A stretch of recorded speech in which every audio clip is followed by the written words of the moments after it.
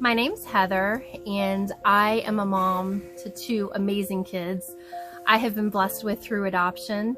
And now I'm also fortunate to be a podcaster that gets to talk about all things adoption to help others.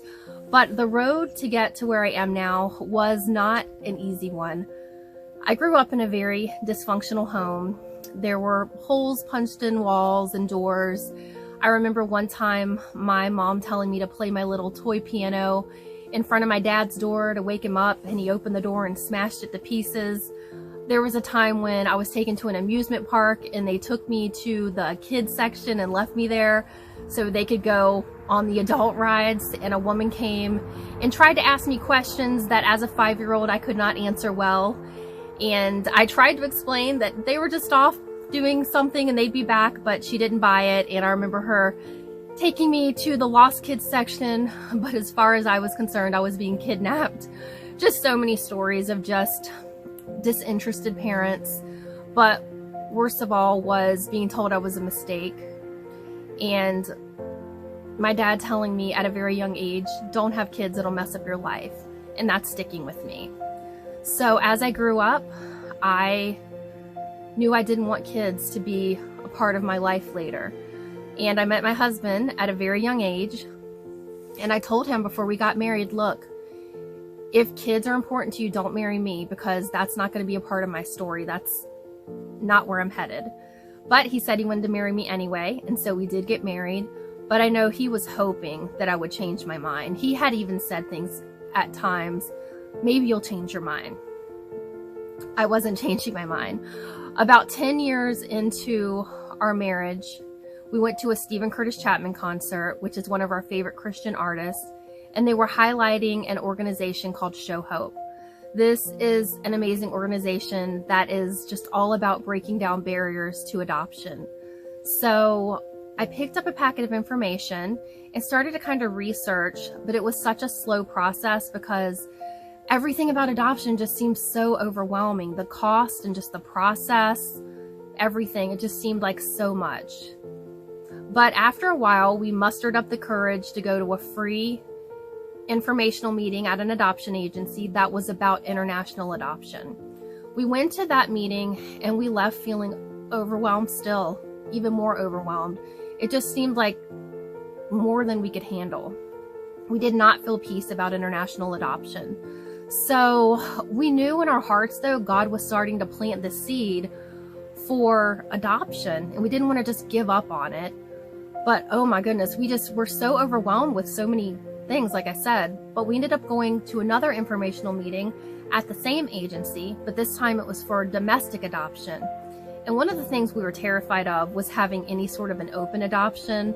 It just seemed scary to us. And we learned that a lot of adoptions were turning that way. But after talking to the agency and getting a little bit more educated about open adoption, we started to think maybe we would be okay with a semi-open adoption.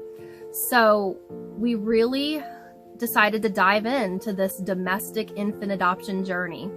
And after some time of figuring out all of the funding, we had everything set up with the agency and we started to wait. There were times when we felt like this is not going to happen. Just long periods of time would go by with nothing. And we just wondered, did you really call us to this, God? Is this really going to happen or what? About 3 years after we had everything set up with the agency, we received a call from the agency that a birth mom had seen our profile book and wanted to meet us. And by the way, she'd already had the baby, they told us. So they called us on a Tuesday and she wanted to meet us on that Thursday. So it was wild after all this waiting that we were going to see her in a day and that she'd already had the baby. So we drove less than 2 hours to the agency closest to her to meet her. And after talking to her for about 45 minutes or so, she told us, you guys are it. You guys are the ones I would love to adopt this little girl. Would you like to come to the hospital and meet her? So that day we met our daughter and we brought her home a week later. And it was wild and amazing that God had finally done what he told us he would. So we began our life. We lived our life as a happy little family of 3. And it was good. She was an easy baby. It was awesome.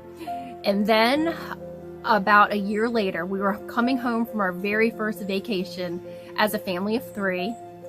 We received an email from Casey, birth mom. We received an email, and she told us she'd been so nervous to reach out, but that she was pregnant with our daughter's full biological sibling. And would we consider adopting again? We were blown away. We were speechless. We had to pull over and process. It was wild. So we went ahead and talked and reached back out to her and said, "Are you sure this is what you want?" And she told us it was. And I'll never forget, she even invited us to the ultrasound so we could all find out together if our daughter would have a little brother or sister. So we went to that ultrasound and we all learned together that she would have a little brother, that we would have a son. And I'll never forget Casey. She's so beautiful and amazing. I'll never forget her referring to that baby in her belly as ours. She knew the decision that she was making and that she wanted to make. Not that it was easy. Oh my goodness, I cannot imagine how hard it was. But she knew the decision she was making, and it meant everything that she chose us. She picked us. She picked us again. She picked us twice. We love her so much, and we're so thankful that we have an open adoption with her. So we brought our son home and started this life we never knew we'd have as a family of 4. It definitely took some adjusting because he was not an easy baby. He was like the opposite of her, and it was kind of crazy. But it was all part of what God had called us to. He knew all along how this was going to go, what this was going to be like, and that we were called to adoption.